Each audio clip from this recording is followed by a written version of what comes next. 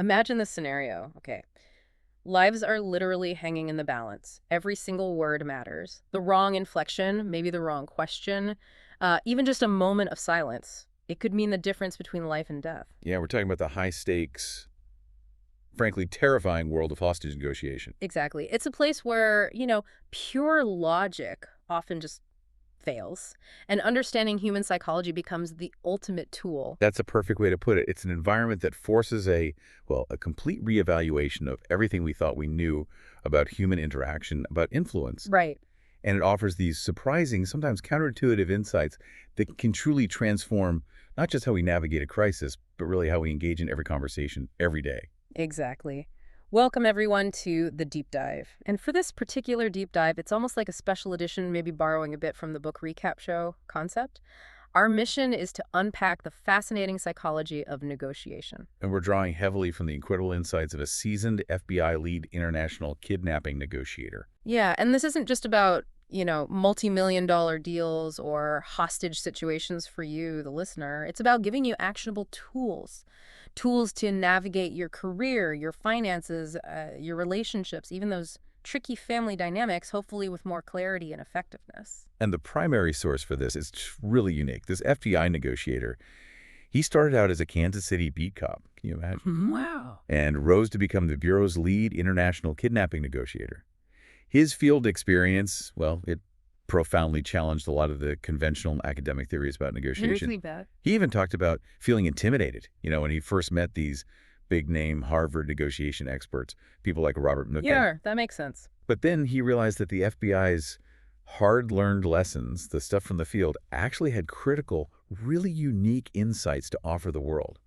It's just such a powerful perspective because it's born from literal life and death situations, not just abstract theory. Okay, so let's dive into that. The human element, moving beyond just pure logic. So we're talking real-world pressure.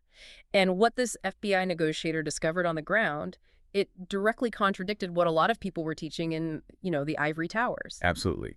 For years, the prevailing wisdom, the stuff codified in popular books like Getting to Yes. advocated for mutual beneficial win-win solutions. Which sounds great, right? Who doesn't want a win-win? Exactly. It sounds ideal. But in the extreme high-pressure world of kidnappings, these conventional principles, they often just fell flat. Oh, so. Well, think about it. How exactly do you create a mutually beneficial win-win solution with, say, a kidnapper who genuinely believes he's the Messiah? Right, okay. Point taken. Or a terrorist who has zero interest in compromise? Huh. The negotiator found that no matter how many agents studied getting to death, yes, it simply didn't improve how they approached these critical, life-threatening situations. There was this huge breakdown between the academic theory and the harsh realities of law enforcement experience. And this wasn't just some academic debate, was it? It sounds like it was forced by, tragic necessity. It absolutely was. The FBI learned these lessons the hard way. There was a landmark incident, the Jacksonville, Florida airline hijacking back in 1971. Oh, I think I remember hearing about that. Yeah, impatience from the FBI agents led to a tactical intervention. They shot out an engine. Oh, wow. And it provoked the hijacker to murder 2 hostages and then himself. Yeah. Just tragic. God, that's awful. And that event, plus the legal ruling that followed, Downs v. United States, it forced this stark realization. Pure tactical intervention can be lethal. Negotiation has to precede action. So that was a turning point. A huge one. Yeah. That, along with later high-profile incidents, Ruby Ridge, Waco, it compelled the FBI to fundamentally reevaluate their entire approach to crisis situations. They needed a new strategy. Yes, exactly. They realized they needed something different. So in 1994, the FBI director at the time, Louis Freeh, announced the formation of the Critical Incident Response Group, or CRG. CRG, okay. This was a new kind of blended division. It combined crisis negotiation, crisis management, behavioral sciences, and the hostage rescue teams, the tactical guys. All under one roof. Right. Their goal was basically to reinvent crisis negotiation, to move away from just relying on tactical intervention and towards psychological tactics that actually worked in the field. They needed practical, actionable methods, not just, theories from a book. This shift towards psychology, It lines up perfectly with the insights of Nobel laureate Daniel Kahneman, doesn't it? Especially his work in thinking fast and slow. Absolutely. Kahneman's model is crucial here. He talks about two systems of thought in our minds, System 1 and System 2. Right. System one is the fast, instinctive, emotional part, like Yeah, slamming on the brakes. exactly. Your animal mind, as Kahneman calls it. Fast, instinctive, emotional. And then System 2 is the slower, more deliberate, logical part, like carefully working through a math problem or your taxes. But the key is that system one is way more influential, right? It's actually guiding the rational stuff. That's the critical insight. System 1 is far more influential. It actually guides and steers our so-called rational thoughts from System 2. Our emotional reactions, they form the bedrock for the deliberate choices we make later. So we react emotionally first, then we rationalize it. Pretty much, yeah. We often react emotionally first, and then our System 2 kicks in to justify or explain that reaction. And this has massive implications for negotiation. And Kahneman's work also flags these cognitive biases that mess up purely logical interactions all the time, like the framing effect. Right, the framing effect. How you present a choice drastically changes how people respond to it. The example of people valuing moving from 90 to 100% certainty much more than moving from 45 to 55%. Even though it's the same 10-point game. Exactly. It's all about how you frame it. It taps into that emotional System 1 response. And then there's prospect theory, why we take crazy risks when we're facing losses. That's the one. It explains why we often take unwarranted risks when facing uncertain losses. And maybe the most famous bias is loss aversion. Ah, yes. The pain of losing is stronger than the pleasure of gaining. Precisely. People are statistically way more likely to act to avert a loss than to achieve an equal gain. So if you're trying to influence someone, framing your proposal in terms of what they might lose if they don't agree, that can be much more powerful than focusing on what they might gain. That really makes you rethink how you phrase every single offer, doesn't it? It absolutely does. And the FBI negotiator, he uses this brilliant analogy to sum it all up. Oh, yeah. He says, if you try to conduct negotiations based only on System 2 concepts, the logical, rational part, without the tools to read, understand, and maybe even influence the System 1 emotional stuff underneath, it's like trying to make an omelet without knowing how to crack an egg. Huh. That's a good one. You just can't get there. You can't get to the desired outcome if you ignore that fundamental human emotional element. Think about how often we rely purely on logic, right? Expecting others to just see things our way rationally when it's really their underlying emotions, their System 1, that's truly driving the bus. So it really highlights the critical role of emotional intelligence, or what the FBI calls tactical empathy. Exactly. Tactical empathy. You have to understand that beneath all the apparent rationality or even the irrationality of a situation, there are these deeply held, often invisible fears, needs, perceptions, desires. And those are what's truly driving behavior. And ignoring those Is just a recipe for failure. Plain and simple. Okay, so if pure logic and this idea of win-win isn't always the answer, what actually does work? Where did the FBI's journey into psychological tactics lead them? It led them to some really foundational tools. And it starts with this powerful, almost counterintuitive core principle. Prioritize the other person. Prioritize the other person, not your own goals. Initially, yes. The first and really the all-encompassing focus should be on the other person and what they had to say, before you start pushing your own arguments or your own agenda. Why is that so important? Well, this single shift does a couple of things. It helps quiet your own internal voice, the one planning your rebuttal. But crucially, it also quiets their internal voice. It makes them feel safe enough, heard enough to actually reveal themselves.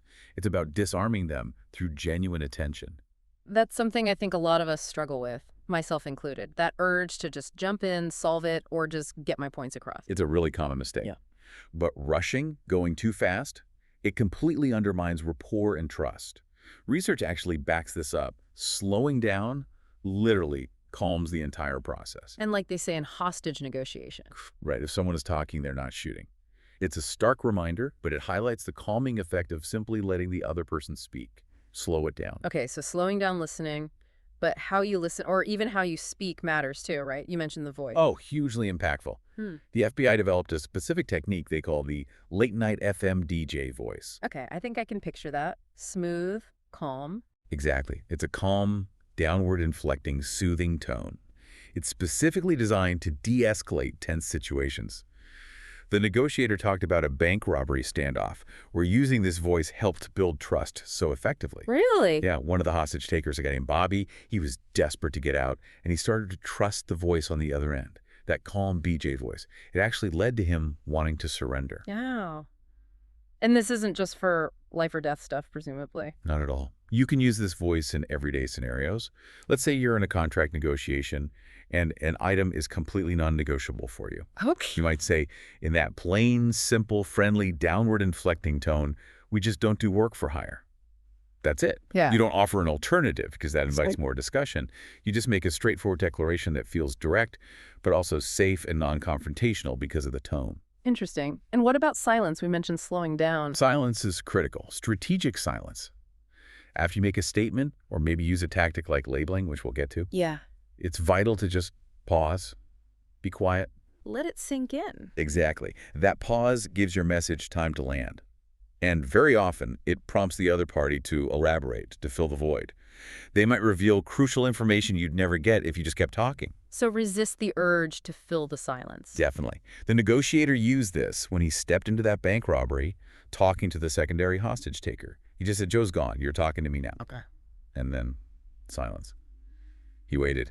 And that silence paid off. It revealed more about the situation inside. Okay, another powerful tactic you mentioned, mirroring. The Jedi mind trick. Yeah, mirroring, or isopraxism is the scientific term. It's essentially unconscious imitation. It's a neurobehavior humans display yearly without realizing it to comfort each other. So we naturally copy each other. We do. Speech patterns, vocabulary, tempo, tone, body language too. But the FBI focuses on the words. It's usually unconscious, but when it happens, it's a clear sign that people are bonding. They're in sync, establishing rapport. And rapport leads to trust. And the principle behind it is? Pretty simple. Yeah. We tend to fear what's different, and we're drawn to what's similar. So conscious mirroring is the art of subtly signaling similarity. It's like sending a subconscious message. Hey, trust me, you and I were alike.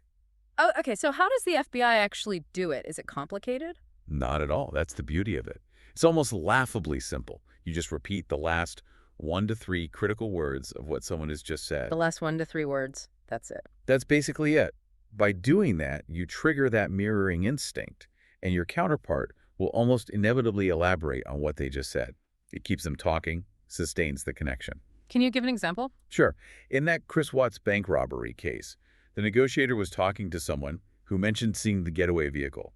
The person said something like, "I saw him get into a blue and gray van." Okay. The negotiator simply mirrored a blue and gray van, just repeating those key words with a questioning intonation. And that prompted the witness to give more details without being asked a direct, potentially confrontational question. But you mentioned a mistake he made. Right. Later, he broke the spell. He asked a direct question. "Are you Chris Watts?" And that direct question, it broke the mirror's effect. The lesson is, let the mirror sit there and do its work. Don't rush in with a question immediately. Wow. And there's research on this too. Yeah, strong research. Psychologist Richard Wiseman did a study with waiters. One group used positive reinforcement, great choice. The other group simply mirrored the customer's orders back to them. And the results? The waiters who mirrored received 70% higher tips. 70%. No way. It just proves this technique genuinely builds connection and trust, even in really simple, everyday interactions. Okay, so mirroring builds rapport. Building on that deep listening, let's talk about tactical empathy again. You said it's not sympathy. Right, it's a crucial distinction. Tactical empathy isn't about feeling sorry for someone or even necessarily agreeing with them. It's the ability to recognize, understand, and then verbalize the other person's perspective and feelings. So understanding why their actions make sense to them. Exactly. Even if you fundamentally disagree or think their reasoning is flawed, it's about understanding their position, their feelings, their motivations from their point of view. That understanding helps you figure out what might actually influence them. And this has a physical basis, neural resonance. Yeah, it's fascinating. When we really observe someone, their face, gestures, tone, our brains can start to align with theirs. It's called neural resonance. Researchers at Princeton used fMRI scans. Brain scans, yeah. They found that this neural resonance, this brain alignment, happens during good communication, but it disappears when people communicate poorly. And the really cool part, good listeners, the ones paying the most attention, their brains could actually anticipate what the speaker was about to say. Wow, so your brains literally get in sync. Pretty much. Yeah. The better you listen, the more your mind mirrors theirs, anticipating their thoughts. It's the biological foundation for empathy. And this deep understanding. This is what worked in that Harlem standoff example. Precisely. The negotiator was facing 3 heavily armed fugitives barricaded inside an apartment for 6 hours straight. 6 hours. 6 hours. He repeatedly used empathetic statements. Things like, "It looks like you don't want to come out." Oh. Or, "It seems like you worry that if you open the door, we'll come in with guns blazing." He wasn't agreeing, just vocalizing their likely perspective. And they didn't respond for 6 hours. No direct response. But eventually, after 6 hours of him patiently demonstrating understanding, they emerged. They surrendered. It demonstrates what Sun Tzu called the supreme art of war, to subdue the enemy without fighting. Empathy, even when there's no immediate visible reaction, is working. It's a powerful mood enhancer that can ultimately shift behavior. Okay, and a key part of this tactical empathy is labeling. Yes, labeling is a critical tool. It's kind of a shortcut to intimacy, an emotional hack, as the negotiator calls it. It means validating someone's emotion by acknowledging it and naming it out loud. So instead of asking questions, you make a statement about how they seem to feel. Exactly. Instead of "what's bothering you," you might say, "It seems like you're feeling frustrated," or it sounds like you're concerned about X. You're putting a label on the emotion you're observing. And this actually calms people down. There's science behind this, too. There is. Matthew Lieberman's study at UCLA used brain imaging. When people were shown photos of faces expressing strong emotions, the amygdala, that's the brain's fear center, lit up. Okay, it makes sense. When they were asked to label the emotion they were seeing, activity shifted away from the amygdala and towards areas involved in rational thinking. So, literally applying rational words, a label, to it disrupts its raw intensity. You calm their brain down by naming the feeling. It's incredible. You're short-circuiting the fear response. In a way, yes. And labeling also helps you get past the surface behavior to the real issue. People's emotions often have 2 levels, right? There's the presenting behavior, what you see and hear, like maybe a cranky grandfather snapping at people. And then there's the underlying feeling, what's really motivating them, which in the grandfather's case might be loneliness or feeling irrelevant. Good negotiators use labeling to address those deeper underlying emotions, not just react to the surface crankiness. Can you give an example of that? Sure. There was a student working for the Washington Redskins trying to get season ticket holders to renew. They weren't having much luck just pushing renewals or discounts. Right. So they changed the script. They started using more empathetic language, like referring to the team as "your Washington Redskins," and explicitly acknowledging the fans' situation.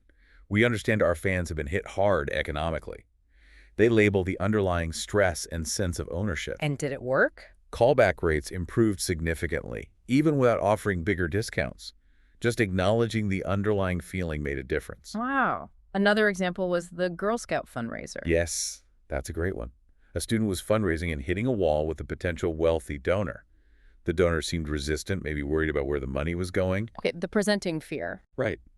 But the student, almost accidentally, started labeling that fear, saying things like, "It seems like you're hesitant because you want to be sure the money is used properly." By continuing to listen and label, she eventually uncovered the real underlying dynamic. Which was? The woman had this incredibly deep emotional connection to her own memories of being a Girl Scout, how much it meant to her, how it shaped her life. The real obstacle wasn't about the donation amount or the logistics. It was her need to feel truly understood, for the fundraiser to grasp why supporting the Girl Scouts was so important to her personally. So the labels uncovered that deeper motivation. Exactly. Labels dig beneath the surface, quibbles and logistics to find the primary emotion that's driving almost all of the other person's behavior. And once you acknowledge that core emotion, everything else can sometimes miraculously fall into place. Okay, one more tool in this section. The accusation audit. Sounds intense. It sounds counterintuitive, maybe. The idea is you proactively voice the worst things the other person might be thinking or assuming about you or the situation before they can say them. So you call out the negatives yourself. Why would you do that? The goal is to diffuse those negative thoughts and fears, to bring them out into the open and make them seem less forbidding. The negotiator has this great classroom exercise. Yeah. He needs volunteers for negotiation role play. Before asking, he tells the class, "Okay, volunteering for this is going to be horrible. It'll be awkward, you'll feel put on the spot." But then he adds, "But it'll also be incredibly rewarding." And people volunteer after hearing it's horrible. He always gets more volunteers than he needs. Because by voicing their potential fears up front, this is going to suck, he disarms those fears. He takes the sting out of them. Instead of letting those fears fester in their minds. Exactly. The common mistake people make is trying to deny the negative. Like starting a difficult conversation by saying, now, I don't want this to sound like I'm being an asshole, but... Right, which immediately makes you sound like one. Precisely. It gives the negative idea credence. Instead, the accusation audit says, voice it directly. You might think I'm being an asshole right now. Or you probably think we're just trying to squeeze you. That feels really awkward, though. Like you're putting yourself down. It can feel artificial at first, absolutely. It takes practice. But it works because it preempts their criticism, shows you're aware of their perspective, and signals that you're confident enough to address the potential negatives head-on. Is there a success story with this? Yes, a student named Anna used it brilliantly to win a $1 million contract. She was negotiating with a smaller company that likely saw her firm as a big, potentially uncaring prime contractor. Okay. She practiced saying slowly and naturally, almost like theater, you're going to think we're a big, bad prime contractor just looking out for ourselves. She delivered it with empathy. That upfront accusation audit combined with some mirroring. Disarmed them. Completely. It created an environment where the other side felt understood, less defensive. It cleared the air and paved the way for a really productive negotiation that led to her winning the contract. It diffuses the negativity right at the start. Okay, so we've built this foundation of understanding with listening, empathy, labeling, maybe even an accusation audit. What's next? How do you actually start steering the conversation towards an agreement, especially when you hit that word everyone dreads, no? Yeah, no feels like the end of the road, doesn't it? Like that telemarketing call where they just keep pushing for yes and saying no is your only escape. Exactly. We're conditioned to see yes as success and no as failure. But strategically, that's often wrong. No is not failure. Used correctly, no is often an answer that actually opens the path forward. How can no open a path? The negotiator learned this lesson powerfully from a crisis hotline manager named Amy. He wanted to volunteer at the hotline. Okay. But Amy kept pushing back, essentially saying no. She told him he had no relevant resume, no experience, basically highlighting all the reasons he couldn't volunteer there. Ouch. So she rejected him. It felt like rejection, but her no's weren't really an ending. They were more like a gateway. They forced him to stop, think, pivot, adjust his approach.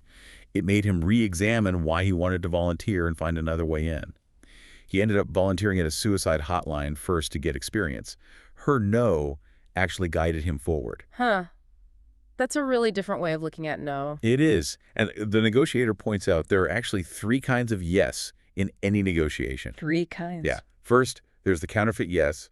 That's when someone says yes, but they actually plan to say no later. They're just saying yes to escape the conversation or maybe to get more information from you. Okay, I've definitely encountered that one. We all have. Then there's the confirmation yes. That's just a simple affirmation like, yes, I understand, or yes, that's correct. It doesn't promise any future action. And finally, there's the commitment yes. That's the real deal. That's a true agreement that leads to action, like signing on the dotted line. That's the goal, obviously, but you have to learn to distinguish it from the other 2 flimsy yeses. So going for no can actually be better than getting a counterfeit yes. Absolutely. The benefits of deliberately eliciting a no are surprisingly profound. It allows the real issues to surface. It protects people, including yourself, from making bad decisions or commitments they can't keep. It slows the conversation down, giving everyone time to think. It helps people feel safe and in control because they got to say no. And feeling in control, that seems key. It is. And paradoxically, hearing no can actually move your efforts forward by clearing the path for what is possible. As Mark Cuban famously put it, every no gets me closer to a yes. Is there an example of using no strategically? Yeah, the political fundraiser, Ben Ottenhoff.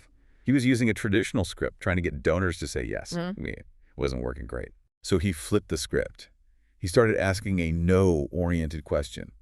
Is it ridiculous for me to ask for your support this year?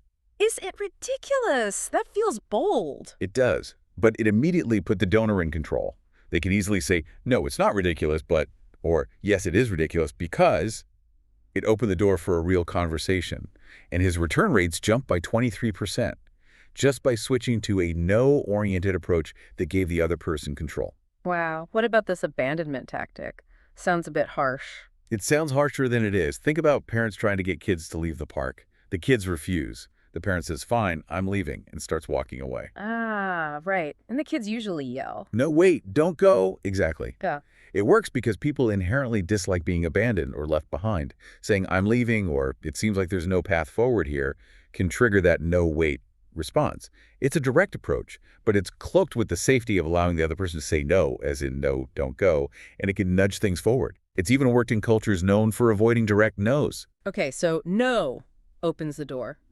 But you said the ultimate breakthrough is, that's right. How is that different from yes? That's right. Signifies a much deeper level of understanding and acknowledgement than a simple yes. When someone says, that's right, to your summary of their position or feelings, it means they feel truly, profoundly understood. And that feeling of being understood is what unlocks mental and behavioral change. It lays the foundation for a real breakthrough. Can you give an example of getting to, that's right?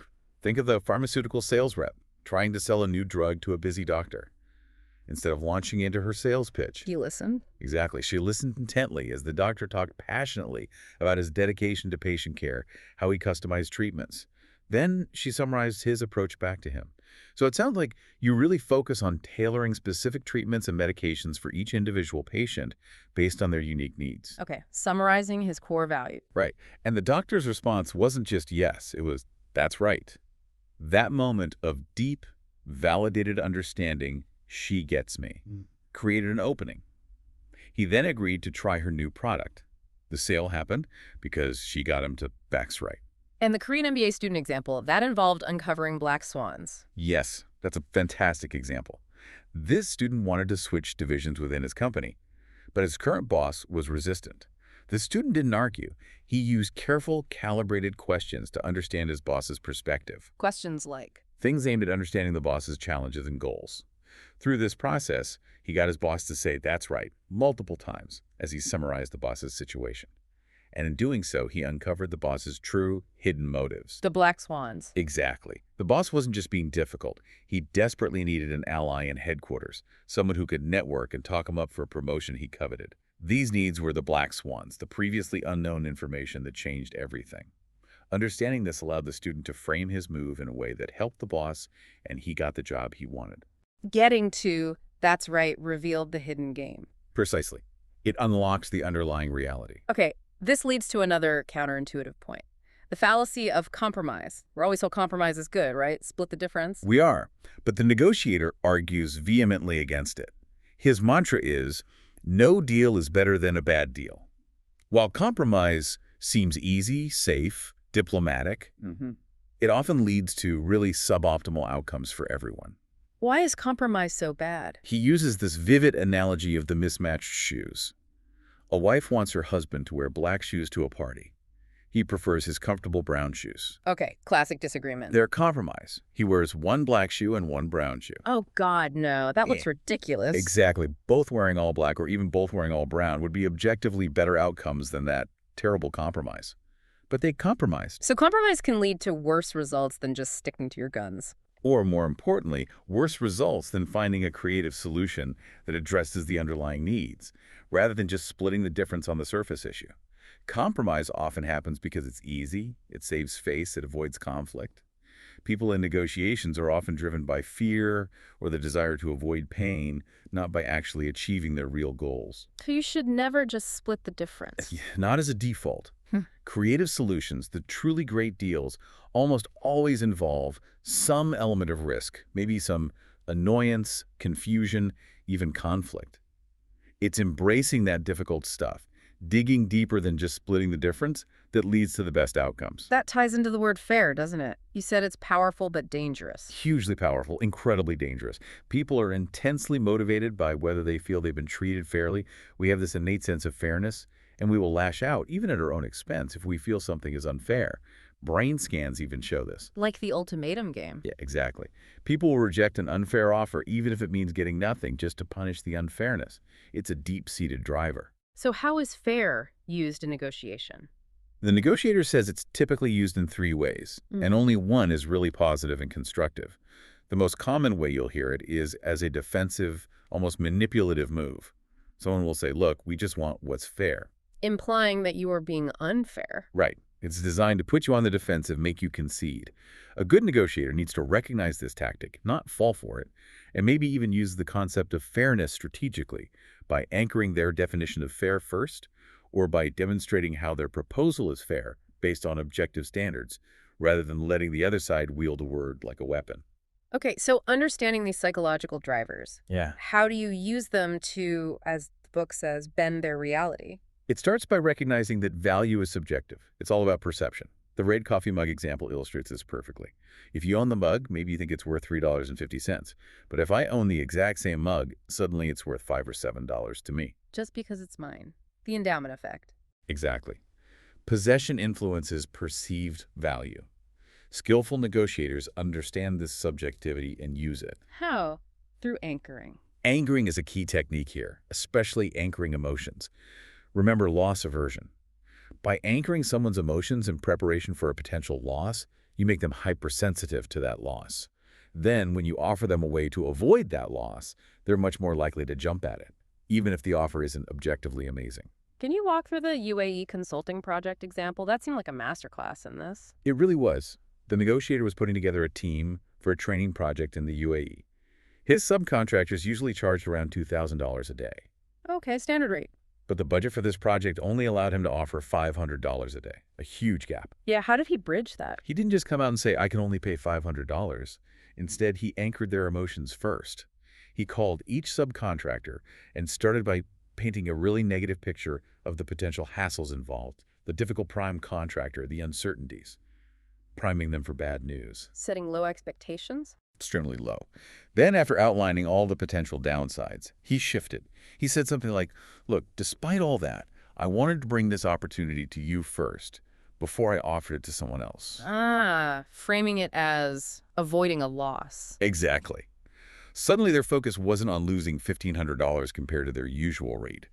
Your focus shifted to the immediate prospect of losing the $500 opportunity altogether if they didn't take it right now. Loss aversion kicked in hard. And did they take it? Every single one of them accepted the $500 a day rate without any counteroffers.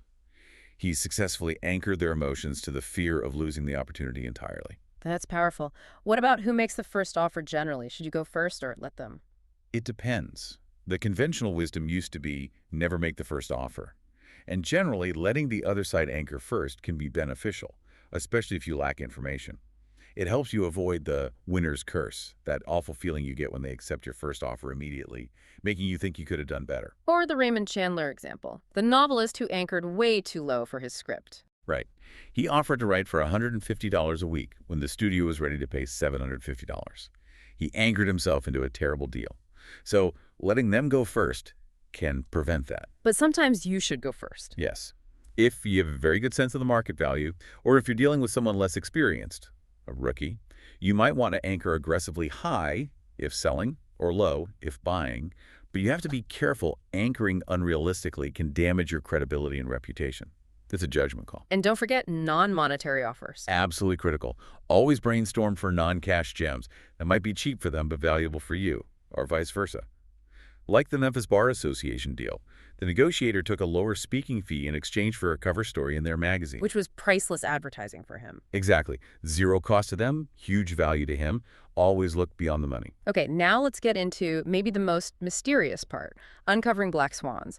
What exactly are they in negotiation? Black swans are those hidden pieces of information, the unknown unknowns.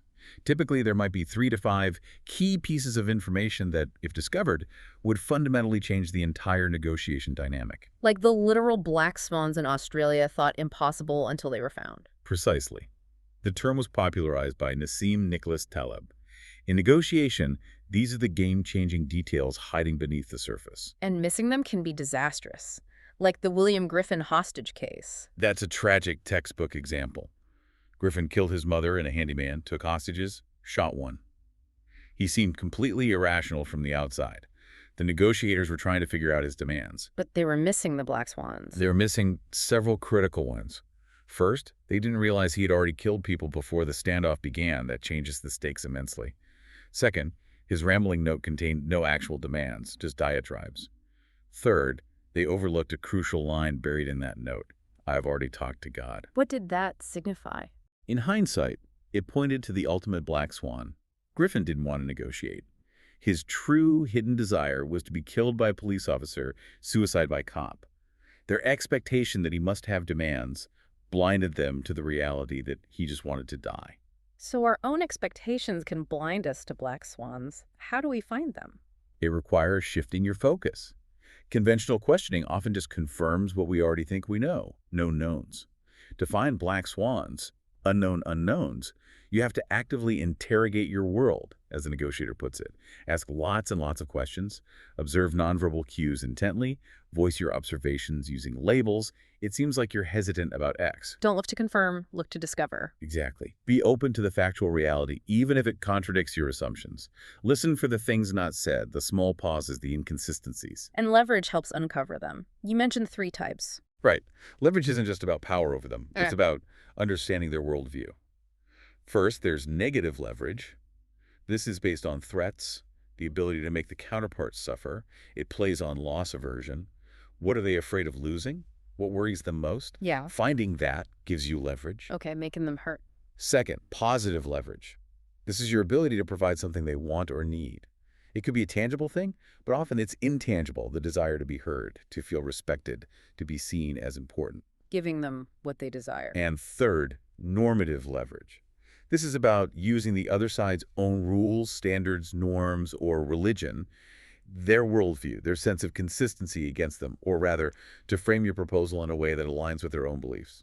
Using their own consistency against them, like the Watson standoff example. Perfect example of normative leverage. Watson was a tobacco farmer, took hostages, seemed driven by this rigid military honor code. The standoff dragged on for nearly 48 hours. What was the black swan there? An FBI agent, Winnie Miller, listened really closely during the negotiations. She picked up on something others missed. Watson wasn't just military-minded, he was also a devout Christian. That was the hidden piece, the black swan, related to his worldview. And how did they leverage that? Miller suggested using his faith. She proposed telling him, tomorrow is the dawn of the 3rd day. If Christ came out on the dawn of the 3rd day, why not Watson? Wow. Connecting his surrender to the resurrection. Exactly. It provided him with an honorable way out, framed within his own deeply held religious beliefs. It wasn't a demand. It was an offer consistent with his religion. He agreed and surrendered peacefully. It shows the power of deep listening to uncover normative leverage. It also relates to the idea that people respond better if you give a reason, right? The because justification. Absolutely. Ellen Langer's famous photocopy study showed people were more likely to let someone cut in line if they gave a reason, even a nonsensical one like, because I need to make copies. Mm-hmm. For simple requests, almost any because works. But for more complex issues, referencing the counterpart's religion, their core values, beliefs, or sense of consistency, makes your because far more potent, just like in the Watson case. Okay, last part of this section. Spotting liars and dealing with difficult people, the jerks. Yeah, you're going to encounter aggressive people, people who fabricate. It's part of the game. The key with difficult people, the jerks, isn't to meet aggression with aggression. It's often better to use deference combined with calibrated how questions. How? Questions again. Yes. Questions like, how am I supposed to do that? Or how can we be sure that will work? Or how does that fit with our previous agreement? These allow you to say no assertively, but in a hidden, non-confrontational way. It forces them to think about solutions and justify their demands, rather than just making them. It's like verbal tai chi, using their force against them. And spotting liars, besides just gut feeling. Look for incongruence. That's a big one. When someone's tone of voice or body language doesn't match the words they're saying. Like saying yes, but sounding hesitant or looking away. Exactly. If you spot that, don't ignore it. Use labeling. I heard you say yes, but it seemed like there was some hesitation in your voice. Or you said you're comfortable with that, but you look a little concerned. This gently calls out the incongruence and forces them to address the underlying truth. It ensures any agreement you reach is actually solid and executable.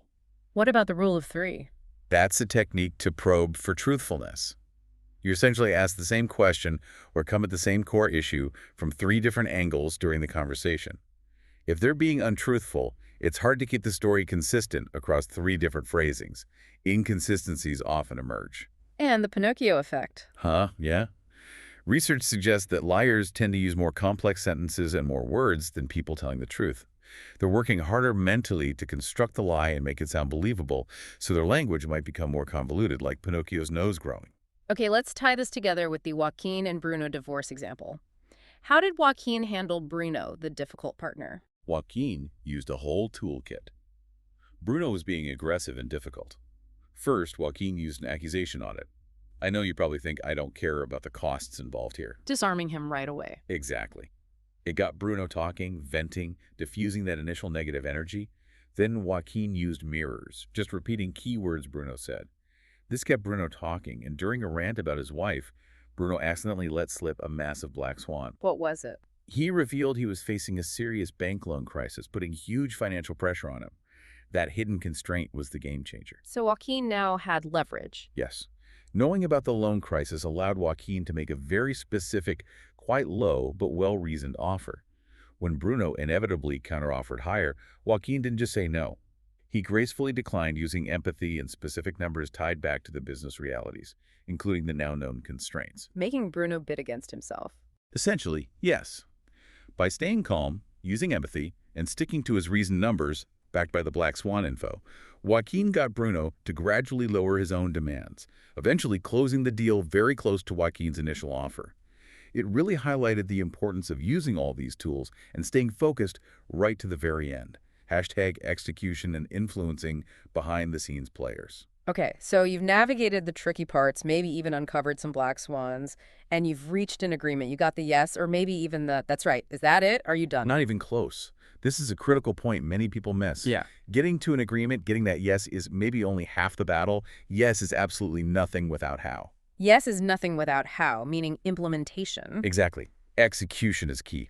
A deal that looks great on paper, but is poorly implemented or never implemented at all, is completely worthless. Guaranteeing execution is paramount. So how do you guarantee execution? More questions. You guessed it. Calibrated how. Questions are your best friend here. But these how questions are specifically focused on implementation. You use them to force your counterpart to think through and articulate how the agreement will actually be put into practice, in their own words. Why is it so important they say it in their words? Because it harnesses the power of commitment and consistency. When people articulate a plan themselves, they feel ownership over it. They feel like it was their idea. And people always make more effort to implement a solution when they think it's theirs. It's the subtle art of letting someone else have your way. What are some examples of these implementation how questions? Things like, okay, this sounds good. How will we know we're on track as we implement this? How will we address things if we find we're off track or unexpected issues arise? How does this affect the rest of your team? And how will we ensure they're on board? How can we be sure we can execute this within the timeline budget? I can see how those immediately shift the focus to practical steps and accountability and put the onus on them to figure it out. Right. It makes them visualize the process and implicitly commit to making it work. You also need to listen carefully to the answers to these how questions. Looking for red flags. Definitely. Be wary of vague answers or phrases like, you're right, used dismissively, that often signals they aren't truly invested in the solution. And the classic, I'll try. Which usually means, I plan to fail. Often, yeah. It lacks commitment. If you hear those kinds of responses, you need to gently probe further with more how questions until they define the terms of successful implementation clearly in their own voice. Then you summarize that plan back to them to get that final, crucial, that's right, that confirms their buy-in to the execution. Kelly, the accounting consultant story is a good example here, right? Perfect example. Kelly was owed a lot of money by a client who just wasn't paying. Then the client had the nerve to ask her to do more work. Ouch, what did she do? Instead of refusing outright or getting angry, she used a brilliant how question. She said calmly, I'd love to help you with that, but given the outstanding payments, how am I supposed to do that? Putting the problem back on them. Exactly. By indicating willingness, I'd love to help, but asking for their help in solving the payment problem, how am I supposed to? She forced the deadbeat client to acknowledge the issue and prioritize getting her paid so she could do the new work. And she got paid. Okay, so focusing on how guarantees execution with the person you're negotiating with. But what about the people not at the table? Ah, yes. The hidden players. This is another area where deals fall apart. Few deals, especially significant ones, are made entirely solo. There are almost always other people behind the scenes, stakeholders, bosses, team members, spouses who can act as deal makers or, more dangerously, deal killers. And if you don't account for them, You could have a perfect agreement with the person in front of you, only to have it vetoed later by someone you never even considered.